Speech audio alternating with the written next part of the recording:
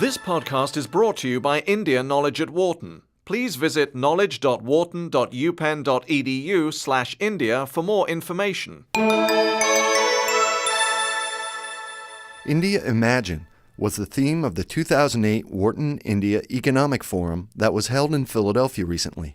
The day-long event attracted several leaders including APJ Abdul Kalam, former president of India, as well as CEOs of Indian companies, nonprofit groups, consulting, and private equity firms.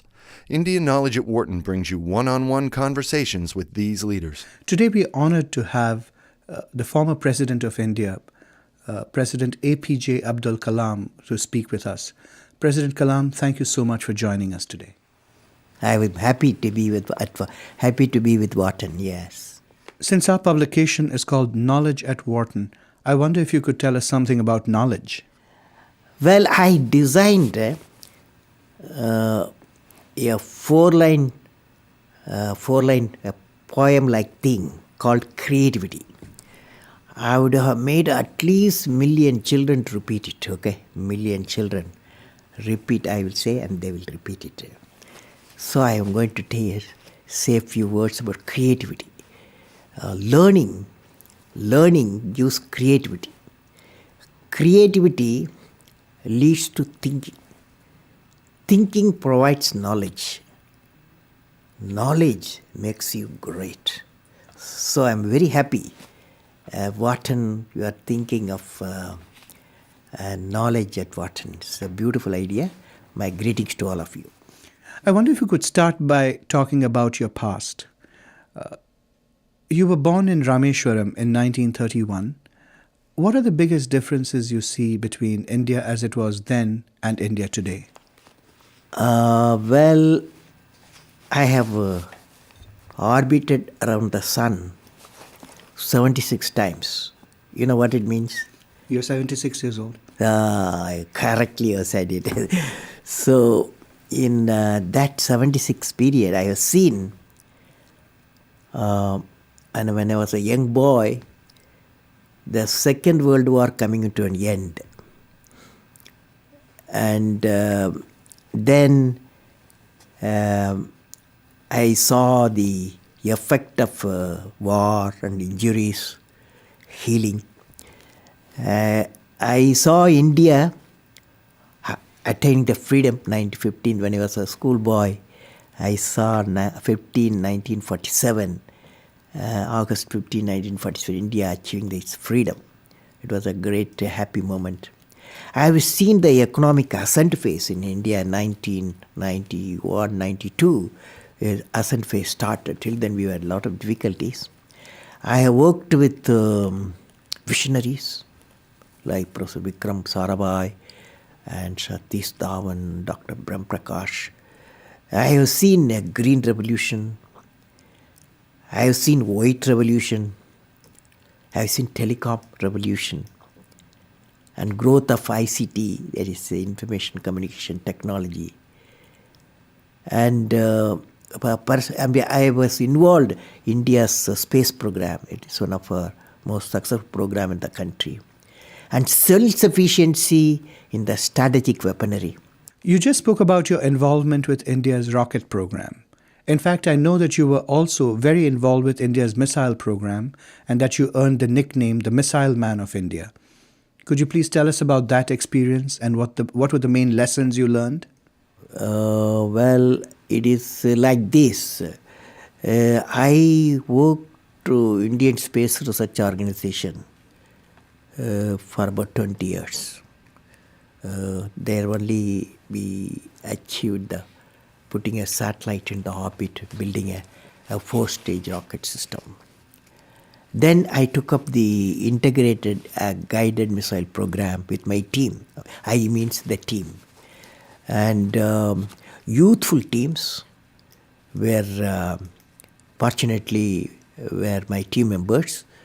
And they have worked together, and we have great value addition because the youth power and the program, particularly such a strategic missile program, succeeded.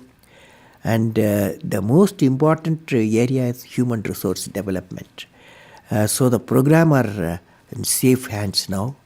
I learned one of the important thing in these programs, both space program, missile program, we should know how to handle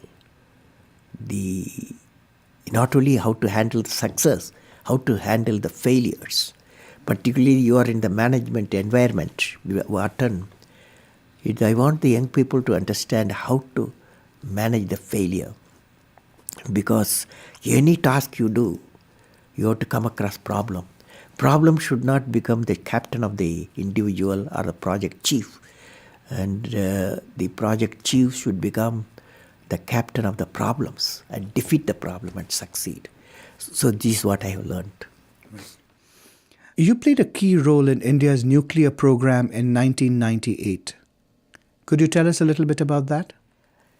Well, the main lesson I learned was how multiple technical teams and multiple departments of government of India could work together with the industrial partnership.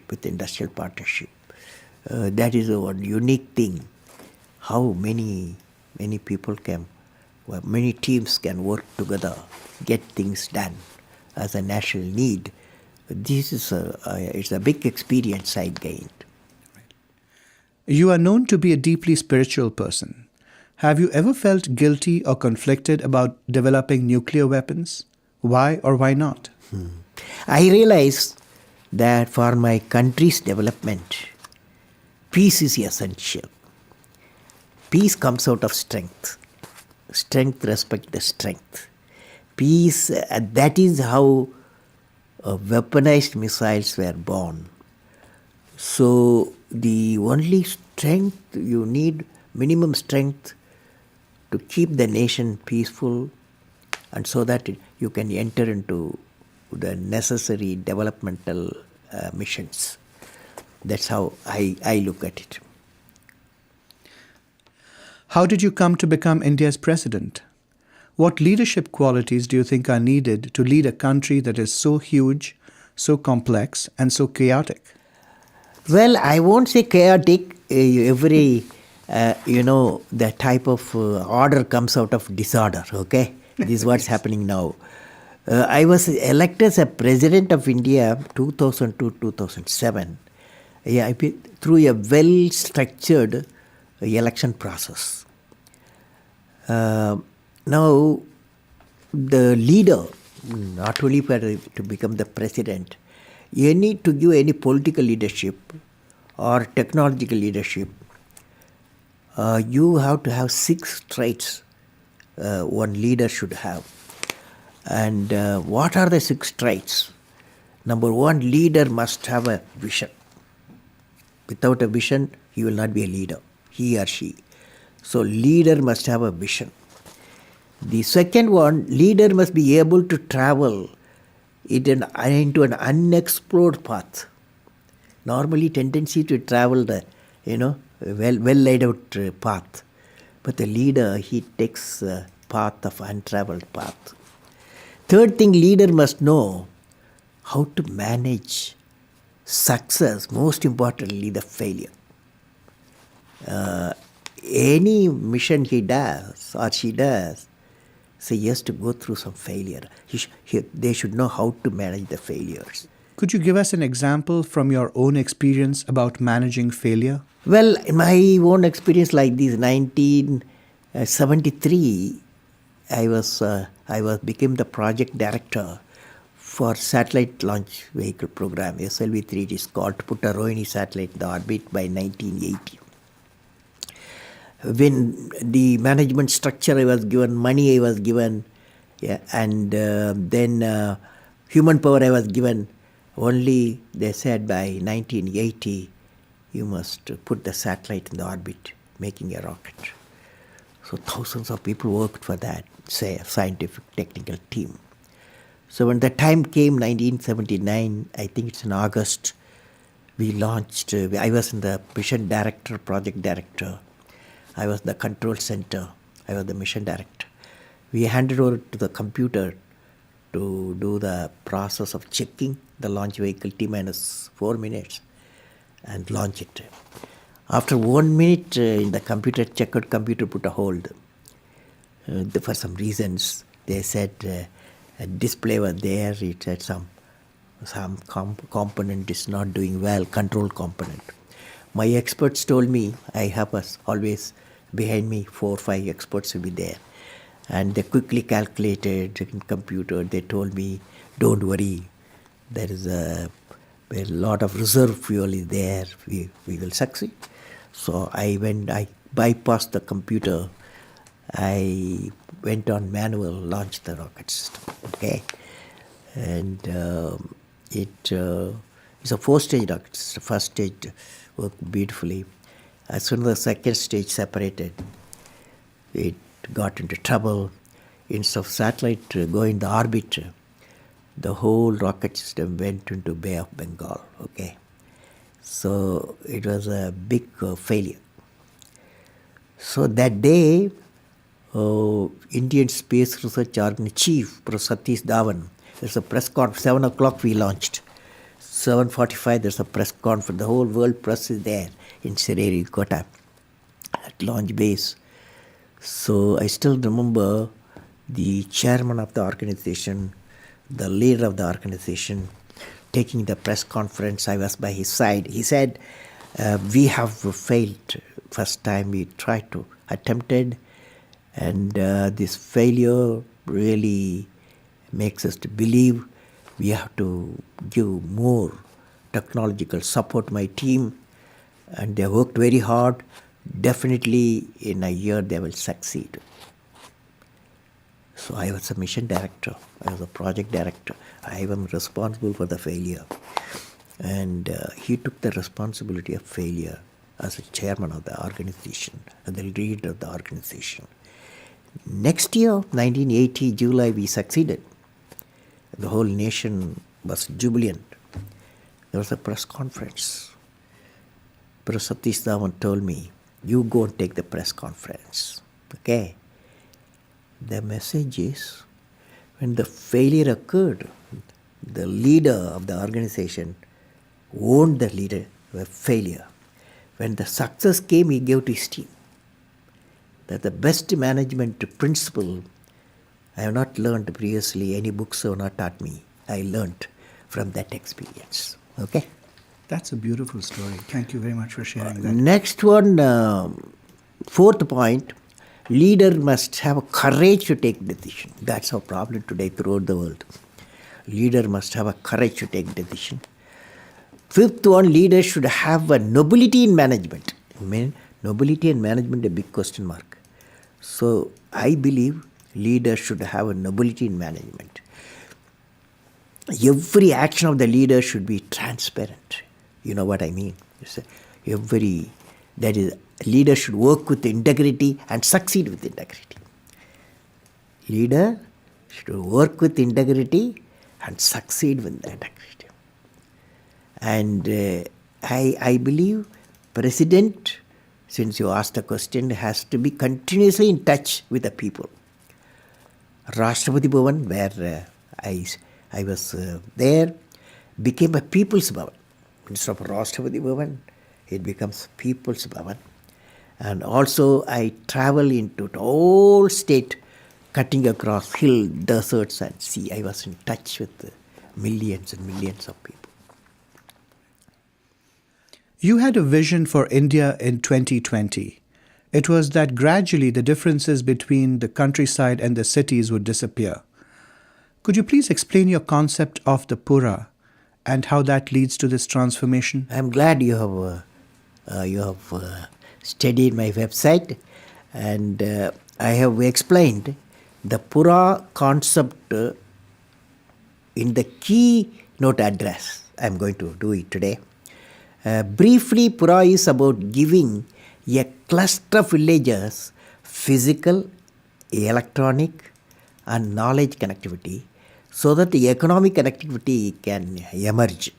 We planned about 7,000 Puras for the whole nations, and it called Hill Pura, Coastal Pura, and Plainpura. And this, we believe this system, the Pura system, will bring the economic connectivity. That means employment generation potential increases. And I believe through Pura we are saying, and employment generation capacity, empowering the people for employment is indeed very vital in the rural environment so that prosperity will emerge. You have spoken about the need for India to become energy independent by the year 2030. How would that happen? Today all our fossil fuel dominating the energy sector throughout the world. The World Energy Forum predicts another 5 to 8 decades the fossil fuel will vanish because it is not renewable. So I have given to my country what is called energy independence. It's a three-dimensional approach. Number one, you go for solar power. Now solar power with solar cell efficiency today, 15-20%, is not economical. So I have suggested we should go for a CNT, carbon nanotube composite combination. That efficiency will go up, the solar cell efficiency will go up in the CNT background to 45 to 55%. Many of the research institutions are busy. In 3 to 5 years' time is going to come. So first is solar power source. Second is in nuclear power. Since we have got a abundant thorium-based nuclear reactors, definitely is one of the clean solution for the second area. Third area is the biofuel. Biofuel, one is ethanol route, another is biodiesel, Jetafa route. This combination, all the three, definitely will give a freedom from the fossil fuel, and also it going to have an environment, clean environment, because by fossil fuel the cars what you drive here in Wharton, what you drive in Philadelphia, what we drive in India, what we drive in New York, what we drive in London, all 30 billion tons of carbon dioxide we are pumping. So to come out of that, energy independence. Technology plays an important role in your vision for India's future. How do social grids help make India a developed country? So what I believe is called societal grid. Societal grid has got three grids. One is Pura grid, and the another is e-governance grid, another is health grid. The idea is that knowledge grid empowers the village citizens with skill and knowledge. Health grid brings the super specialty health care available in the city to the doorstep of the rural citizens. E-governance grid, another grid is called e-governance grid, brings transparent governance. Is very important, but transparent governance to the citizen. And also all these four grids, the economic, it will lead to economic growth and societal transformation, because communication in all areas are available. During your years as India's president, what was the biggest leadership challenge you faced, and how did you overcome it? Well, first time I had to return what is called Office of Profit Bill to the Parliament. For the reason I felt that there was no transparent system of determining a post as an Office of Profit or not. So that is a major decision, because nobody, it's first time I happened to study that. I have to return it to the Parliament for reconsideration. It created its own dynamics in my country, but I felt I had done the right thing there. If you could rewind and replay the years of your presidency, is there anything that you would do differently? Is there anything that you would have liked to do that you weren't able to? Yeah, last year I came up with the idea after finishing my 4 years term, and 5th year term starting at that time, I felt I must completely power the Rashtrapati Bhavan with solar power. And for that, a big proposal also emerged. And but then it created a lot of environmental questions. Rashtrapati Bhavan is a very clean environment with a lot of trees, flowers, and biodiversity centers. So the environmental people, they raised a lot of questions. Before I answer, my term was over. So that's one of the requirements, that Rashtrapati Bhavan should be a first home in the country electrified by solar power. One last question. You are a gifted poet. Could you please recite some lines of your favorite poem for us? I remember the favorite poem is The Vision.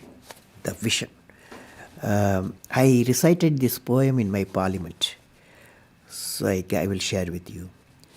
The poem goes like that. The name is The Vision. I climbed and climbed. Where is the peak, my lord? I climbed and climbed. Where is the peak, my lord? I plowed and plowed. Where is the knowledge treasure, my lord? I plowed and plowed. Where is the knowledge treasure, my lord? I sailed and sailed. Where is the island of peace, my lord? I sailed and sailed. Where is the island of peace, my lord? Almighty, bless my nation with vision and sweat resulting into happiness. Thank you very much. It's been an honor speaking with you. Thank you for all the beautiful questions. My greetings to Wharton. For more information, please visit knowledge.wharton.upenn.edu/India.